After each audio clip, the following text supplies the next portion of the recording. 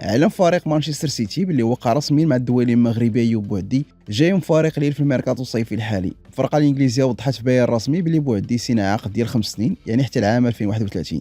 في صفقه القيمه ديالها واصله ل 100 مليون يورو. بوعدي اللي في عمره 18 سنه شارك في 96 ماتش مع الفرقه الاولى ديال ليل، ولعب 8 ديال الماتشات مع المنتخب المغربي من بعد ما كان كيلعب مع الفئات السنيه ديال المنتخب الفرنسي قبل ما يختار يمثل المنتخب المغربي على المستوى الدولي. وقال بوعدي بعد التوقيع: انا فرحان بزاف وفخور حيت انا هنا في واحد من اكبر الفرق في العالم. انا كنلعب على ود الفرقه وكنحاول ديما نحط صحابي في احسن وضعيه وندير كاع اللي في جهدي في كل ماتش. وزاد اكد: كل ما كانش عائلتي ما كنتش غنوصل هنا، داكشي علاش انا فرحان حيت هما معايا واقفين بجنبي، وهذا السبب من الاسباب اللي كيجعلوني نلعب الكره باش نخلي العائله ديالي فخوره بيا. خاصنا نكونوا متواضعين ونحترموا كل شيء ونكون على طبيعتي ونحاولوا غير نتمتعوا بالحياه. وبخصوص التجربه مع المنتخب المغربي قال: كانت تجربه واعره. فاش لعبت في كاس العالم مع الاسود، الجماهير وداك الحب كامل اللي شفتو منهم كان بحال شي حلم ديال دري صغير.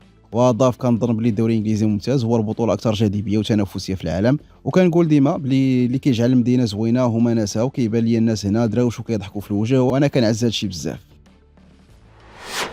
الدولي المغربي عمر اللوزة قريب بزاف باش يدير تجربه احترافيه جديده في الدوري اليوناني بعد ما وصل اتفاق شبه نهائي باش ينتقل لنادي باناثينايكوس في الانتقالات الصيفيه الحاليه. وعلى حساب المعطيات اللي متوفره، الفريق اليوناني تفاهم بشكل كامل مع واتفورد الانجليزي على التفاصيل ديال الصفقه، وهذا الشيء جا بعد ما بين وسط الميدان المغربي انه متمسك بزاف باش يخرج من الفريق ديالو ويخوض تحدي جديد في المسار الكروي ديالو. ومن المنتظر يوصل عمر اللوزة اليوم لعاصمه اثينا باش يكمل الاجراءات ديال الانتقال، وغادي يدير الفحوصات الطبيه اللازمه قبل ما يوقع رسميا على عقد ديال 4 سنوات مع فريق باناثينايكوس. الفريق اليوناني معول على التجربه ديال اللوزة في الانجليز ومع المنتخب المغربي باش يعطي اضافه قويه لوسط الميدان ديال الفرقه في الموسم الجاي، في الوقت اللي كيستعد فيه اللاعب باش يفتح صفحه جديده في المسيره الكرويه. رفض نادي كامبور الهولندي عرض رسمي قدمه نادي جزيره اماراتي باش يستافد من خدمات الموهبه المغربيه الصاعده رفيق العرقيوي في ميركاتو الصيف الحالي. وعلى حساب المصادر، اداره النادي الاماراتي بينت اهتمام كبير باللاعب اللي عنده 21 سنه بعد المستويات الكبيره اللي قدمها في الملاعب الهولنديه، وهادشي اللي خلاهم يقدموا عرض باش يضموه، ولكن العرض ترفض من طرف اداره نادي كامبور اللي متمسكه باللاعب وبغات تعتمد عليه في المستقبل. من الجهه ديالو اللاعب رفيق ما متحمس لفكره الانتقال للدوري الاماراتي في هذا الوقت، وكيفضل يكمل مسار احترافي ويطور الامكانيات ديالو مع الفريق الهولندي على امل يحقق طموحات ويلعب في المستويات العاليه في اوروبا. وهذا الاهتمام ديال الجزائر الاماراتي برفيق كيجي في الموجه جديده ديال انديه المنطقه اللي غادي في اتجاه استقطاب المواهب المغربيه الشابه اللي متالقه في الدوريات الاوروبيه واللي تقدر تكون مشروع في المستقبل في اطار التجنيس الرياضي. كيوجد المدير الوطني محمد وهبي باش يعلن على اللائحه النهائيه ديال المنتخب المغربي استعدادا للماتشات الجايين، ومن بينهم الماتش ديال الغابون وليسوتو في تصفيات كاس افريقيا. ومن المنتظر يعلن وهبي على اللائحه نهار 17 سبتمبر الماجي بعد ما تابع الطاقم التقني بزاف ديال اللعابه في الفتره اللي فات ومازال كيتابعهم لحدود اللحظه سواء مع المنتخب ولا مع الفرق ديالهم باش يختار اللعابه الاكثر جاهزيه. وغيبدا المعسكر الاعدادي نهار 21 سبتمبر في مركب محمد السادس بالمعموره، فين غادي يركز الطاقم التقني في الايام الاولى على الانسجام بين اللعابه والخدمه على الجانب البدني والتكتيكي. هاد جوج ماتشات مهمين بزاف للمدرب وهبي باش يواصل يبني فرقه قويه ويعطي الفرصه لبعض الاسماء اللي بينات على مستوى في الفتره الاخيره. ومن المتوقع تشهد اللائحه بعض التغييرات مقارنه باللوائح السابقه في ظل المنافسه القويه بين اللعابه في مختلف المراكز، خصوصا مع تالق اللعابه في البطوله الوطنيه والدوريات الاوروبيه. وغيكون وهبي مطالب باش يوجد الفرقه مزيان حيت بدايه التصفيات محطه مهمه باش يثبت الجاهزيه ديال الاسود ويواصل الطريق نحو النهائيات. دخلنا الى عيناوي في اهتمامات نادي كريستال بالاس الانجليزي اللي كيراقب الوضعيه ديال وسط الميدان المغربي في الايام الاخيره ديال الميركاتو، مستافد من المستويات اللي قدمها اللاعب مع المنتخب المغربي في نهايه كاس العالم. وكان العيناوي انتقل روما من لانس في الصيف اللي فات، غير ان الموسم الاول ديالو في البطوله الايطاليه ما عرفش مشاركه كبيره بعد ما لعب دقائق متوسطه في السيريا، ومع ذلك فاللاعب بين القدره تاقلم مع اسلوب المدرب غاسبيريني بفضل النشاط الكبير ديالو قدره يغطي مساحه كبيره وسط الميدان.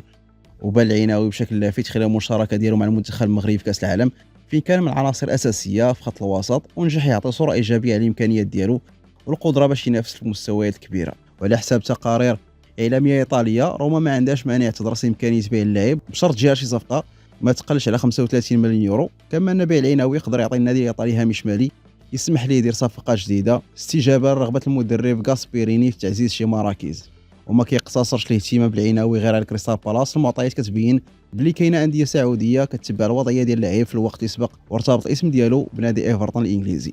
وكيبان كريستال بالاس من الانديه اللي تقدر تناسب الخصائص ديال لاعب الوسط المغربي بالنظر للقدره الكبيره ديالو على الجري وتغطيه المساحات، زياده على امكانيه توظيفه في اكثر من دور في وسط الميدان سواء كلاعب ارتكاز او في ادوار هجوميه متقدمه.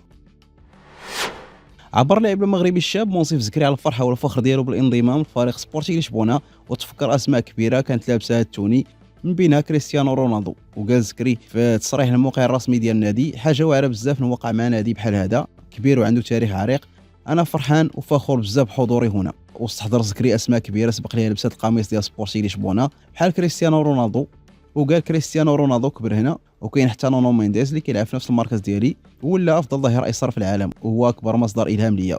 وزاد اللاعب: بغيت نزيد نطلع المستوى ديالي ونولي لاعب حسن وكثر نضج ونحقق الالقاب والانتصارات. في الملعب زكري كيقدر يلعب في الجهه اليسرى، وصف راسو باللي مقاتل وما كيحبس من الجري، واكد باللي مستعد يتقاتل على ود هذا النادي بكل ما عنده. وقدم زكري راسو للجماهير وقال: انا لاعب تقني وسريع وكنظن عندي الذكاء الكافي باش نلقى حلول مختلفه. بصم النجم الشاب ايوب بوعدي على انتقال تاريخي بعد ما انضم رسميا لفريق السيتي في صفقه قياسيه جابته في قائمه اغلى اللاعبين في تاريخ كره القدم العرب. ارقام التاريخيه تزينت في المسار ديال بوعدي بعد هذا الانتقال، حيت بلغت قيمه الصفقه 100 مليون يورو جاي من الليل، وفات هذا الرقم كاع الارقام القياسيه اللي كانت مسجله باسماء بعض النجوم العرب. وجا في المركز الاول ايوب بوعدي انتقل من الليل الفرنسي للسيتي ب 100 مليون يورو. عمر مرموش انتقل من انتريخت فرانكفورت لمانشستر سيتي ايضا ب 75 مليون يورو. اشرف حكيمي كان انتقل من انتر ميلان ايطالي باريس سان جيرمان ب 68 مليون يورو. رياض محرز كان انتقل من ليستر سيتي الانجليزي للسيتي ب 67.8 مليون يورو. اما اسماعيل الصيباري فانتقل مؤخرا من بيس في ايندهوفن الهولندي لبايرن ميونخ ب 55 مليون يورو. وفي المركز الثامن حكيم زياش انتقل من اياكس امستردام الهولندي لتشيلسي ب 40 مليون يورو.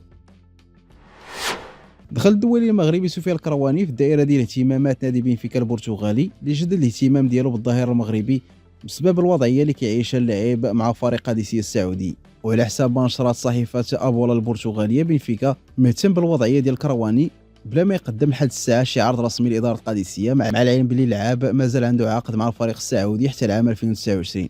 ووضحت الصحيفه بلي الكرواني كيواجه صعوبات باش ينسجم مع الاجواء ديال الدوري السعودي، وما شارك حتى شي ماتش رسمي لحد الان، وما تقيدش كاع في اللائحه ديال الماتشات اللي فاتوا.